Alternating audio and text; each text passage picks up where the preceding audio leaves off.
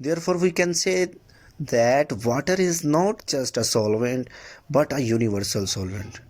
تو اتنی اگزامپلز ہم پڑھنے کے بعد اس نتیجے پر پہنچ سکتے ہیں کہ پانی صرف سولونٹ ہی نہیں ہے بلکہ عالمگیر سولونٹ ہے، باقی سولونٹ سے زیادہ اچھا سولونٹ ہے، بیکاز یہ میکسیمم اماؤنٹ آف سبسٹانس کو اپنے اندر ڈیزولو کر لیتا ہے، یعنی کہ زیادہ ٹائپس کے جو میٹیریلز ہیں وہ اس کے اندر ایزیلی ڈیزولو ہو جاتے ہیں بنسبت کسی اور سولونٹ کے۔ تو اسٹوڈنٹس، اس ٹاپک کے اندر ہم نے آج پڑھا کہ پانی عالمگیر سولونٹ اس لیے بھی ہے، یونیورسل سولونٹ اس لیے بھی ہے چونکہ کوئی اور سولونٹ ایسا نہیں ہے جو اتنی ٹائپس کے سولیوٹ کو ڈیزولو کر لے جتنی ٹائپس کے سولیوٹ یہ پانی ڈیزولو کرتا ہے۔ یہ سب سے مین وجہ ہے جس کی وجہ سے ہم یونیورسل سولونٹ کہتے ہیں پانی کو۔ پھر ہم نے اپنی ایگزامپلز کے ذریعے پروو کروایا کہ واقعی ہی پانی یونیورسل سولونٹ ہے۔ ہم نے کہا چینی، پتھریلا نمک، سوڈیم بائی کاربونیٹ جسے ہم میٹھا سوڈا کہتے ہیں، یہ پانی میں ایزیلی ڈیزولو ہو جاتا ہے۔ پھر ہم نے ملک کے بارے میں بات کی، الکوہل ہو گیا، lemon juice, vinegar, apple juice, یہ سب کے سب پانی میں ڈیزولو ہو جاتے ہیں۔ ہم نے یہ بھی پڑھا کہ جو ہم خوراک کھاتے ہیں وہ اندر جا کر سولیوشن بناتی ہے باڈی کے اندر، تو پھر اس سولیوشن سے خوراک جو ہے وہ خون میں ڈیزولو ہوتی ہے اور بعد میں خون لنگز سے آکسیجن لے کر اس خوراک کو توڑتا ہے، اور توڑنے کے بعد ریسپائریشن کا عمل ہوتا ہے نا، یہ خوراک توڑنے کا عمل جس سے ہم انرجی پروڈیوس کرتے ہیں۔ تو ہم نے فزیکل کلاس کے اندر اس کا فارمولا بھی لکھا تھا، فارمولا سے اس کو میں نے ڈسکس کیا تھا، تو جن بچوں کو اس کے بارے میں علم ہے انہیں کلیئرلی سمجھ آ رہی ہوگی کہ آکسیجن کیسے خوراک کو توڑے گی اور ریسپائریشن کا عمل ہوگا اور انرجی پروڈیوس ہوگی۔ اس کے بعد کچھ خطرناک سبسٹانس بھی ہماری باڈی کے اندر پروڈیوس ہو رہے ہوتے ہیں، اور ان سبسٹانس کو باہر نکالنے کے لیے اللہ تعالیٰ نے یورائنری سسٹم اور پریسپائریشن کا عمل انسان کی باڈی کے اندر رکھا ہے۔ جیسے کہ ہمیں علم ہے کہ ہم آکسیجن کے بغیر رہ نہیں سکتے، تمام جاندار یعنی کہ تمام جانور آکسیجن گیٹ کرتے ہیں ریسپائریشن کے لیے، تو جو اینیملز ہمارے سمندر میں یعنی کہ پانی کے نیچے رہتے ہیں، پانی میں رہتے ہیں، ان کو بھی آکسیجن کی ضرورت ہے، تو اللہ تعالیٰ نے پانی کے اندر آکسیجن کو بھی ڈیزولو کیا ہوا ہے، تو اس کا مطلب پانی میں آکسیجن ڈیزولو ہو جاتی ہے۔ اسی طرح وہ پودے جو پانی کے اندر موجود ہیں انہیں بھی کاربن ڈائی آکسائڈ کی ضرورت ہے، تو وہ کاربن ڈائی آکسائڈ بھی وہ پانی سے گیٹ کرتے ہیں، تو اس کا مطلب یہ ہوا کہ پانی کے اندر بھی کاربن ڈائی آکسائڈ ڈیزولو ہو سکتی ہے۔ تو ان سب ایگزامپل سے ہمیں پتہ چلا کہ واقعی ہی پانی ایک یونیورسل سولونٹ ہے۔